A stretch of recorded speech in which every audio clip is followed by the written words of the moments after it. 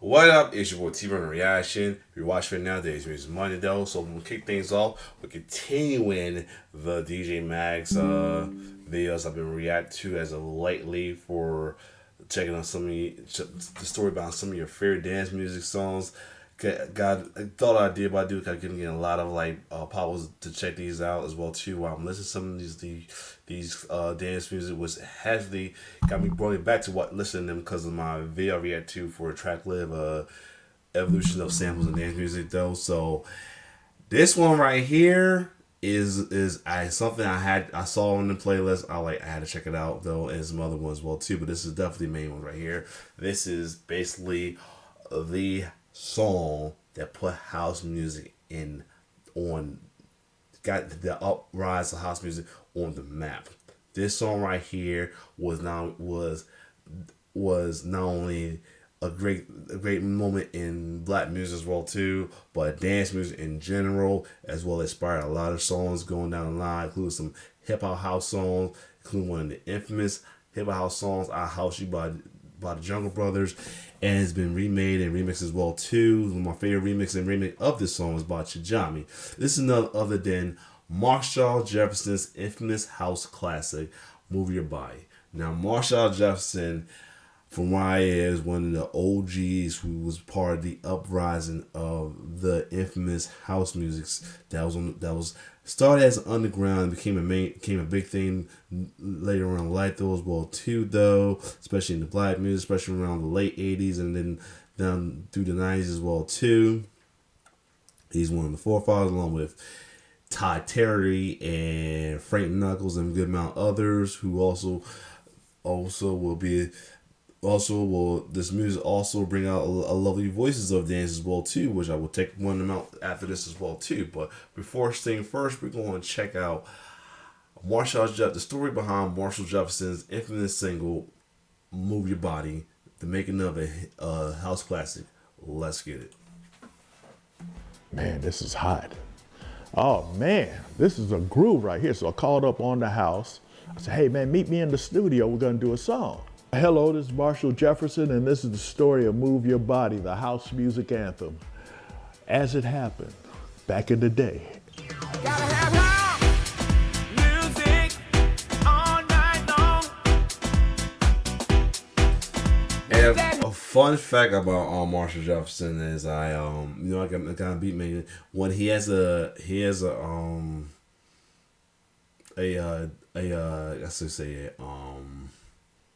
set on the Luke Cloud features that the Luke Cloud I guess you say the preset how do you call them things plugin, the Luke Cloud plugins on for production software such as Ableton and I think Surround Studio I may do, or possibly FL Studios, but still I kind of experienced with those pretty cool tool deals.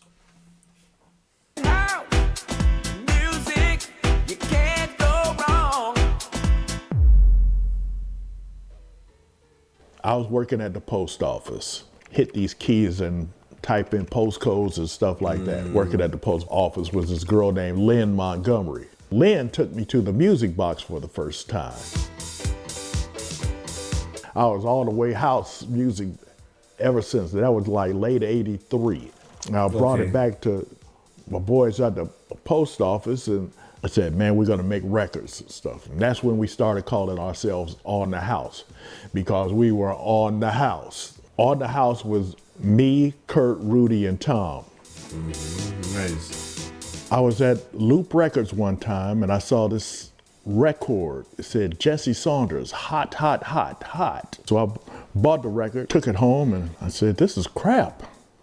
I can do better than this. That day, I decided I was gonna make records too, somehow. With "Move Your Body," when I was at work, I heard the song in my head. I heard the piano first. Naturally, basses go to follow that. So I just got home and I laid it up and I'm listening to it and I said, man, this is hot. Oh man, this is a groove right here. So I called up on the house. I said, hey man, meet me in the studio. We're gonna do a song. I got all the bits into the sequencer, When I got to the studio, I hit one button to record all the parts back at the same time. But I recorded like 40 beats per minute. I sped it up to 120 because I was a complete novice, you know. Everything just fell into place. The music without the vocals, it was only one take. 10, 15 minutes it took. Curtis lays down the vocal. I just wrote lyrics as a matter of convenience. I wanted house music. We were on the house. We had to be on the house. So Move Your Body lyrics, I wrote those in the studio. Gotta have house music all night long. With that house music, you can't go wrong. First place I took it to was the Sheba Baby Disco, Sheba Baby Disco, where Mike Dunn, Hugo Hutchinson, and Tyree Cooper were DJs. They literally lived in the club, so I knew they would always be there. They said, "Oh, that's nice. It's nice." That wasn't the response I was expecting. This is some hot shit, man. I mean, this is the hottest stuff I've ever heard. So finally, I got into the music box. Gave Ron Hardy the cassette. He's listening to it in the cans, and he's going. And he plays it 6 times in a row. He plays the cassette and throws on a special effects record while he's rewinding the cassette to play it again. And everybody's screaming and losing their minds on it. Yeah, that's what I was expecting. That's it. Now the next step was to get the song pressed up. I paid Larry Sherman $1,500 to press up 1,000 copies for me, the first 1,000 copies, and he didn't do it. He said it wasn't house music. He thought it was crap. He thought it was so bad that he wouldn't press it up even after I paid him. Dang, that sucks. He would not press it up for 8 months. It really got hyped because it literally got everywhere on cassette. Ron Hardy is putting out tapes, told me not to give it to Frankie Knuckles. My friend Sleazy D, he gave Frankie Knuckles a copy, and Frankie Knuckles started banging it, which didn't please Ron, but Frankie Knuckles had a wider audience, and it got all over the city of Chicago on cassette. Frankie's best friend was Larry Levan from New York. Larry Levan. And Frankie sent Larry Levan a copy of it, and Larry Levan started playing it at the Paradise Garage in New York. If you're not familiar with Larry Levan, he's definitely been heard as one of the iconic disco DJs of all time, though, as well too. Though he's very well known. He's good with knows. He does a remix of one of a disco joint I became a fan of. I don't know how, called Make a. I actually mentioned it on I mentioned it on the last video for Michael Gray though. About that at the end though, she just gonna Make It Last Forever with what's the group called? Inner Blue, something like that. Anyway, let's keep going. Somehow, Alfredo from Ibiza got a copy Inner Life and started banging it in Ibiza. From there, Let me see what we said, but Alfredo from Ibiza got a copy and started banging it in Ibiza. From there, some UK DJs got it and started playing it in the UK. About that same time, Jazzy M started ringing me from the UK. The record had gotten so big, and remember the song says, "Gotta have house music all night long." With that house music, right? So some journalists got copies of it, and they said, "Well, what is this house music?" So they flew to Chicago to interview everybody about house music. I don't know how they got a hold of me, but they got a hold of me, and I got mixed up. I don't know why I thought Detroit had I always thought Detroit was. Oh, I didn't know it was Detroit or I guess I didn't know it was Detroit or Chicago that started having. Let me double check, see where he's from. Chicago, yeah, Chicago had house music.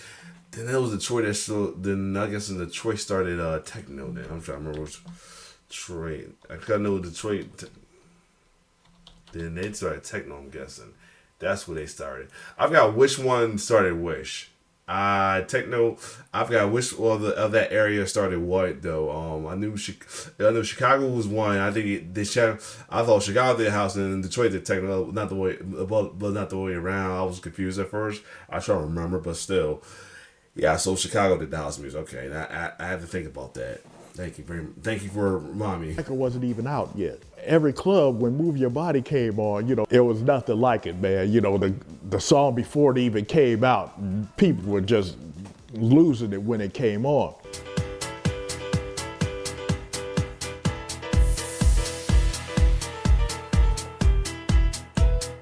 Larry Sherman saw that and he printed, he pressed it up the next day because he had the pressing plant. He put it out. Now, I had been known as Virgo. Lil Lewis called me Virgo, Ron Hardy called me Virgo, and Frankie Knuckles called me Virgo. Everybody was calling me Virgo. What did he do? He puts out the record under Marshall Jefferson, which On the House to this day hates me for. That's why it says Marshall Jefferson, and it says produced by Virgo. I'm Virgo. I lost my nickname and I lost my friends for all intents and purposes because of that. Another friend of mine, Norman Davis, said, hey, Marshall needs to sign an affidavit saying y'all sang on the record, right? So I signed the affidavit and they went back to Larry Sherman. Hey, you know what?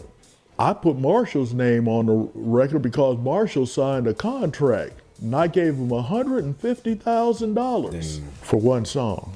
I was living in it wasn't the best place in the world, in the ghetto on the west side of Chicago.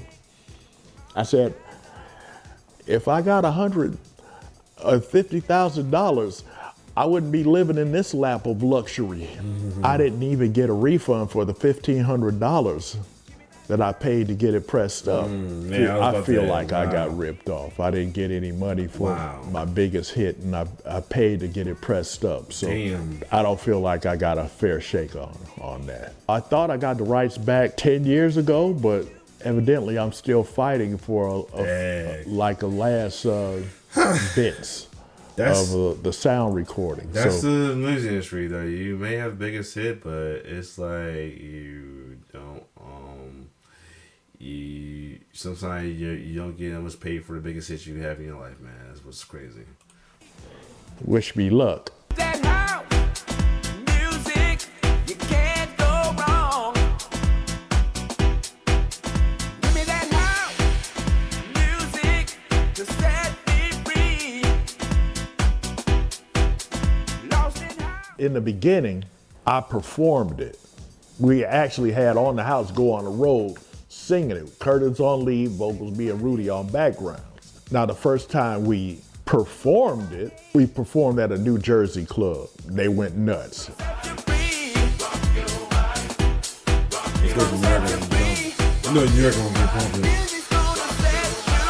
I'm with Ultra Records at that time. I had re-recorded Move Your Body. Have you heard about anybody named Solardo? I said, yeah, that's the boys from Manchester where I live. They remixed it, man, and they put their foot in it because it went gold. I think it was the longest #1 in the history of Beatport. It was #1 for almost 3 months. Okay. Yeah, I did have I heard the Solardo one.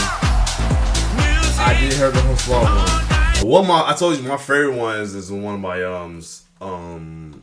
that's remixed by Chajami. I like his though. I actually mixed them a couple times too. I like how they did theirs though. But let me see. I do remember hearing about the Solardo one. The Solardo one became pretty popular as well too. I think that was like more recent than the Tajami remix. Let me double check real quick.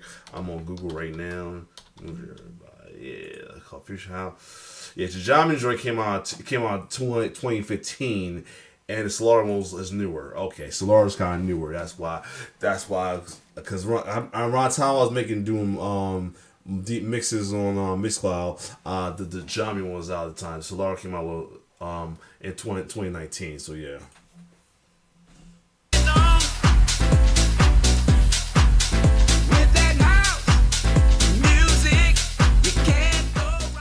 My DJ sets, I start out with all new music, but when I throw that song on, it's still like my biggest record of the night. Yeah. I must have played it over 10,000 times now. I'm kind of used to it, and kind of used to the response. It's just my song, and I'm proud of it. Nice. That's a cool story right there. So that's a cool story about that, dog. Especially like how much he put forward to it, and then came an idea, then not had somebody not want to play and all that as well too. Yeah, it's like it's kind of suck with music. How it's crazy how the music business works sometimes as well too. Sometimes you get the biggest hit and everything, but you don't have them. But only people getting paid for it is the executives, not you, which sucks. But other than that, though, this is a cool story about it. So, if you like my reaction to this, like, share, subscribe to my YouTube channel. It's your boy T signing off. One love.